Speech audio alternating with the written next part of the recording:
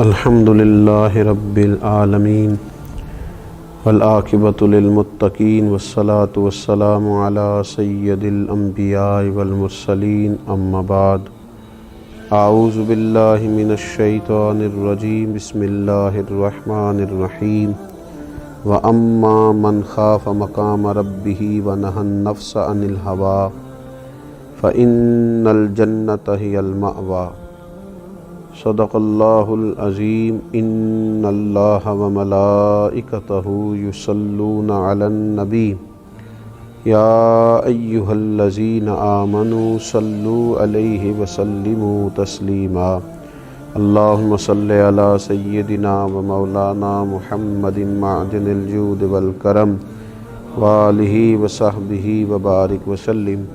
حمد و صلاۃ کے بعد اللہ تبارک و تعالیٰ نے انسان کو اس کی جائز خواہشات کو جائز طریقے سے پورا کرنے کی نہ صرف اجازت دی ہے بلکہ اس کی تعریف بھی فرمائی ہے اور ایسے کاموں پر اجر کا بھی اعلان فرمایا ہے۔ اگر کوئی شخص جائز کمائی کماتا ہے، جائز ذرائع رزق کمانے کے حاصل کرتا ہے تو اس کی تعریف کی گئی ہے۔ کوئی نکاح کرتا ہے تو اس کی اسلام نے نہ صرف یہ کہ تعریف کی بلکہ اس کی اللہ تبارک و تعالیٰ نے اس رشتے کو اپنی نشانیوں میں سے ایک نشانی قرار دیا۔ خواہشات کو جائز طریقے سے پورا کرنا اور جائز طریقے سے اپنی ضروریات کا حصول کرنا دین اس کی بہت زیادہ سپورٹ کرتا ہے اور ایسے لوگوں کی تعریف کرتا ہے اور ایسے لوگوں کی حمایت کرتا ہے۔ لیکن جائز ناجائز کی پرواہ کیے بغیر اپنے نفس کی ہر خواہش کو پورا کرنا یہ اتباع نفس کہلاتا ہے، یہ بندگی نفس کہلاتا ہے، اتباع خواہشات کہلاتا ہے۔ بہت سارے لوگ ایسے ہوتے ہیں کہ وہ اپنی لذات کے حصول کے لیے بغیر کوئی پرواہ کیے، بغیر کسی چیز کو جانچے، بغیر حلال و حرام کی تمیز کیے وہ دوڑے چلے جاتے ہیں اور اس قدر زیادہ اپنی خواہشات کی پیروی کرتے ہیں کہ یہ ان کا اتنا بڑا روحانی مسئلہ بن جاتا ہے کہ وہ ان کے دیگر تمام معاملات کو متاثر کرتا ہے۔ جب وہ اپنے نفس کی بیجا خواہشات کی تکمیل کرتے ہیں تو عبادت کی لذت ان سے رخصت ہو جاتی ہے، تلاوت قرآن مجید کا ذوق ان سے چلا جاتا ہے، اللہ تبارک و تعالیٰ کی راہ میں خرچ کر کے جو انہیں قلبی اطمینان حاصل ہونا ہوتا ہے وہ ان سے رخصت ہو جاتا ہے۔ دوسروں پر اثار کر کے جو انہوں نے اپنی روح کو تازگی دینا ہوتی تھی وہ سارا کچھ اپنے اوپر ہی وہ صرف کرتے ہیں۔ تو یہ خواہشات کے پیچھے لگ جانا، ایک خواہش کے بعد دوسری خواہش، دوسری کے بعد تیسری خواہش، کھانے کی خواہش، پینے کی خواہش، اچھے سے اچھا لباس پہننے کی خواہش، یہ خواہشات ہیں جو انسان کو لذات میں مبتلا کر دیتی ہیں۔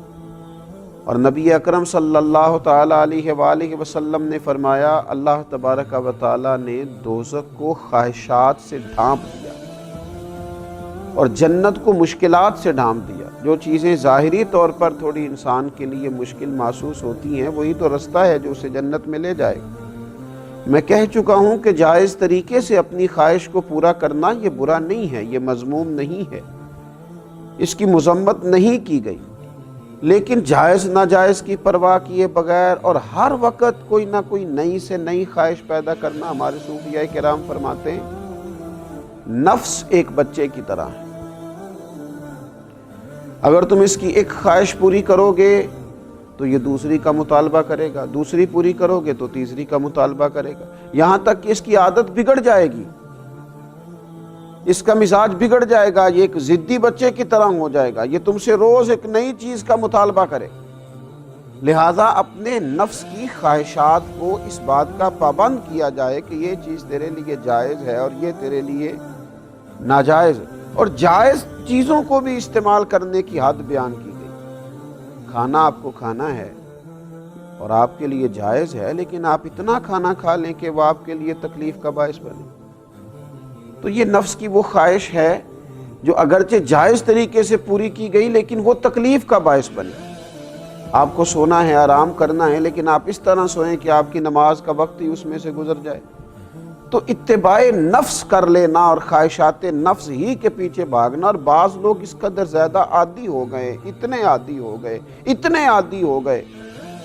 صبح کیا کھانا ہے، شام کیا کھانا ہے، کس ہوٹل میں جانا ہے، کیا پہننا ہے، نیا سے نیا ڈیزائن کیا ہے. اتنا بڑا روحانی مسئلہ بن گیا کہ اپنے آپ کو سوارتے سجارتے، آرائش نمائش، اتنی دور نکل گئے، حلال اور حرام کی تمیز چھوڑ دی. اللہ کریم نے قرآن مجید میں ایک مقام پہ فرمایا کچھ لوگ تو ایسے ہیں جنہوں نے اپنے نفس کی خواہش کو خدا بنا لیا، اسی کی پرستش کرتے رہتے ہیں، خواہشات نفس کے پیچھے ہی بھاگتے رہتے ہیں. ایک ایک کر کے اپنی خواہشات کو قابو کیا جائے، اور اگر تھوڑا سا محنت کی جائے، تھوڑی سی جد و جہد کی جائے، تھوڑی اپنے اوپر توجہ دی جائے، کچھ چیزوں کا خیال رکھا جائے، کون سی چیز میرے لیے درست ہے، کون سی میرے لیے درست نہیں ہے، کون سی میرے لیے جائز ہے، کون سی ناجائز ہے، اور جو جائز ہے اس کی کس قدر مقدار میرے لیے بہتر ہے اور کس قدر مقدار آگے مجھے لے جائے گی. اگر تھوڑا ان باتوں کا خیال کر لیا جائے تو پھر قرآن مجید نے فرمایا وَأَمَّا مَنْ خَافَ مَقَامَ رَبِّهِ وَنَهَى النَّفْسَ عَنِ الْهَوَىٰ، فرمایا وہ جو اپنے رب کے حضور کھڑے ہونے سے ڈرا اور جس نے اپنے نفس کو خواہش سے روکا، ذرا تھوڑا سا نا اس نے تقوی اختیار کیا، ذرا تھوڑا رکا،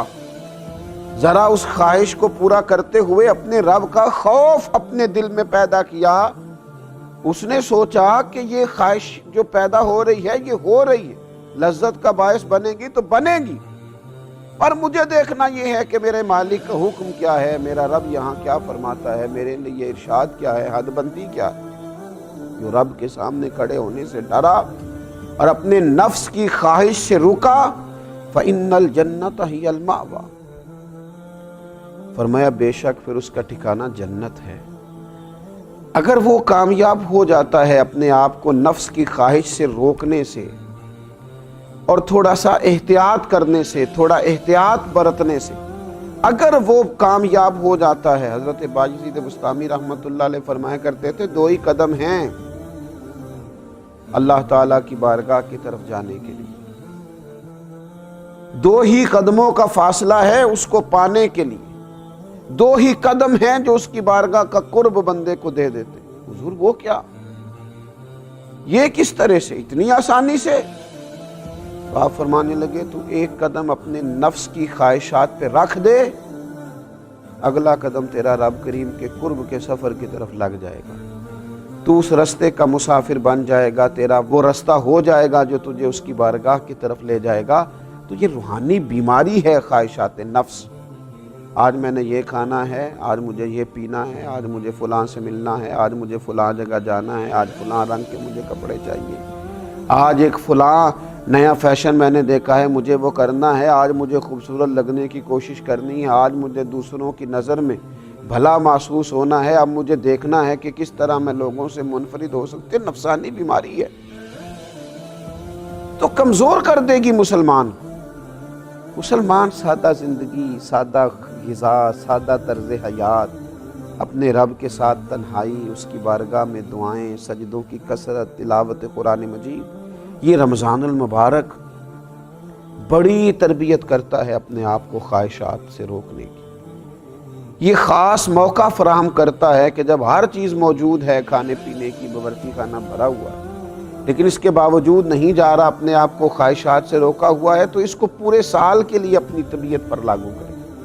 اور خواہشات کو ایک ایک کر کے کم کیا جائے.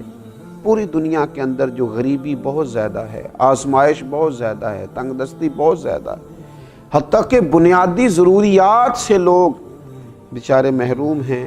آپ دیکھیے لوگوں کو کھانے کو روٹی نہیں ملتی، پہننے کو کپڑا نہیں ملتا، صحت جیسی اہم ضرورت سے جہاں لوگ پریشان ہوں، تو وہاں اگر امیر لوگ، صاحب حیثیت لوگ صرف اپنی خواہشات کم کرنی شروع کریں، صرف آرائش اور نمائش پر جب وہ خرچ کرتے ہیں، ان خواہشات کو تھوڑا سا وہ کم کریں، تو یقیناً اس سے یہ فائدہ ہوگا کہ وہ جو غرباء ہیں ان کی داد رسی کا، اشک شوئی کا، امداد کا ایک بڑا موقع ہاتھ آئے گا. میرے نبی اکرم صلی اللہ تعالیٰ علیہ وسلم نے فرمایا 3 چیزیں ہلاکت میں ڈال دینے والی، تباہی کر دیں گی، بربادی لائیں گی. 3 چیزیں ہلاکت میں ڈالنے والی ہیں. ایک تو حضور نے فرمایا ہرس اور طمع میں گم ہو جانا، ہر وقت مال دولت کی ہرس لالچ پوری طرح گم ہو جانا ہلاک کر دے گا بندے کو۔ اور دوسرا نبی پاک علیہ الصلوۃ والسلام نے فرمایا اپنے آپ پر فخر کرنا،